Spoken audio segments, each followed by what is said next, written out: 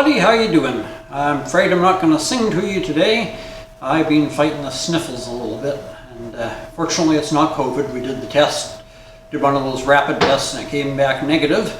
So just some kind of little bug, but other than that I'm feeling pretty good, but not up to singing, so we won't do that today. But we're going to make a very simple, fun and easy and delicious dessert. It does involve a tiny bit of baking, but you can handle that. Just as I say, when you're baking or cooking, the important thing is not getting sidetracked, distracted, and forgetting about the time. Usually if you burn something in the oven, it's because you put it in there and forgot about it, and not a good thing. So if that's a problem you have, buy yourself a cheap egg timer, kitchen timer, set it for the time. So if something has to be in the oven for 30 minutes, set it for 30 minutes and carry it with you. So when it goes off, you know you gotta dash back to the kitchen and get that item out of the oven. Alrighty, let's get to what we're making today. I'll move the camera over so you can see what I'm doing. And like I say, this is a real simple but yet delicious dessert. Alright, for today's dessert, you're gonna want an 8x8 Pyrex dish. You're going to want 3 medium bananas, or 2 really large ones, or 1 gigantic one, but 3 seems to work. And the first thing you're going to do is you're going to mush those out. I remember when I was a little kid, one of my favorite things to snack on was my mother would mash a banana up for me and add a little bit of brown sugar to it and mix it up in a bowl, and for some reason I just thought that was the neatest thing. That's not the dessert we're making today, but if you want something real quick and tasty, that's a good one to remember. So anyway, you're going to mash out your bananas, and then you're just going to try and spread them evenly in the bottom of your pan. You don't need to, you can pre-spray this with Pam or something if you want, but there's enough oil in the bananas that you don't really need to do that.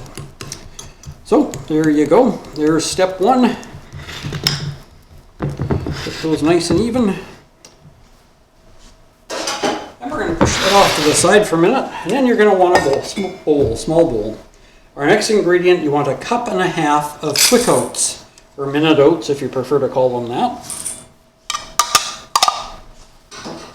And to that we're going to add a tablespoon of ground cinnamon, a 1/4 cup of brown sugar, that's packed, 1/4 cup,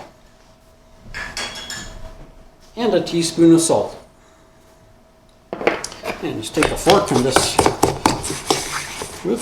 try to keep it in the bowl if you can. Maybe I should have used a bigger bowl so it didn't go over the sides, huh? Alrighty, we just want to blend that all together as nicely as we can. Try and get the lumps out of the brown sugar and the cinnamon. A lump of brown sugar is not too bad to get in your mouth, but a lump of cinnamon in your mouth, yeah, that might just wake you up. And if you're serving this to guests, they might raise an eyebrow at you.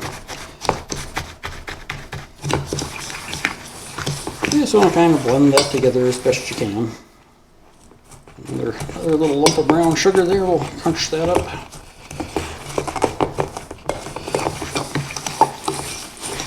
Oops, I'm spilling more. There we go. Once you got that fairly worked through together, you're going to bring your bananas back over, and you're going to sprinkle that on the top. You can just use your fork to spread it around.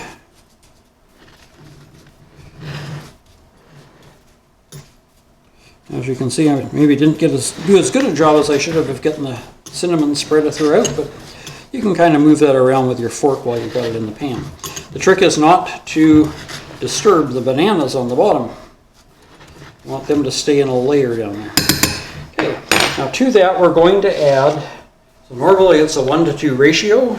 For every cup of oatmeal you would use 2 cups of liquid, but because of the liquid in our other ingredients, if I use that ratio, we'd end up with it'd be a little soggy, and we don't want that. So we're going to use 2 cups.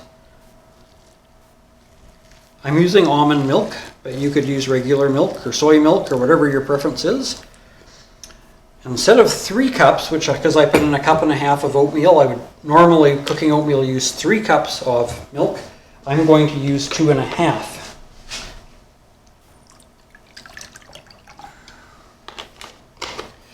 Because as I say, we don't want soup. we want a dessert.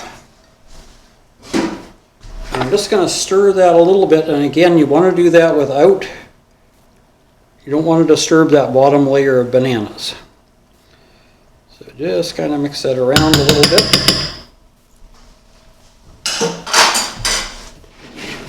Now I'm going to put berries on the top here, and I'm using blueberries, but you use whatever kind of berries you like. You can use raspberries, strawberries, blackberries, loganberries. Now if you use strawberries, you're going to want to slice them.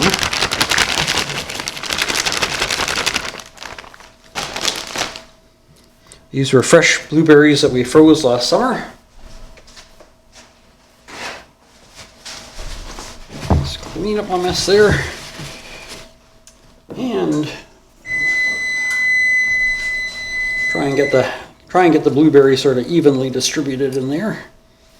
All right. Now it was the timer, or sorry, not the timer, that was the oven telling me it's ready. I preheated my oven to 350 degrees. Now as a final thing on here, I'm going to take some slivered almonds. And we're going to sprinkle those around on the top.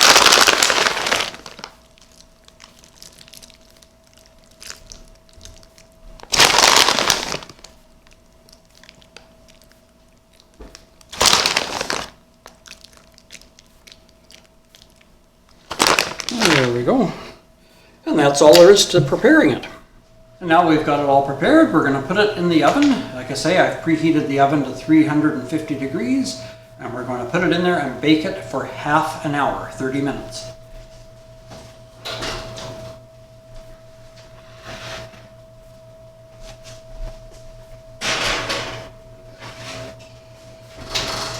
Set our timer for 30. And there we go, it's off and cooking, and we'll come back when it's done to see how it turned out. Alright, the timer's just gone, so our dessert is ready. Let's get it out and have a look at it.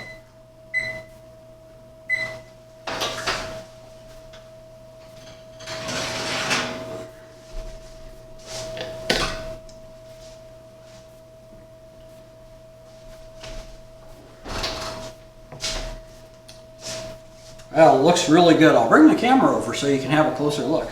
There now, doesn't that look delicious? Well, I hope you've enjoyed today's recipe and we'll give it a try. Next Friday we'll be back with something fun to do, either story time or maybe Cousin Ralph will pay us a visit. You never know. Until then, take care, stay safe, and God bless.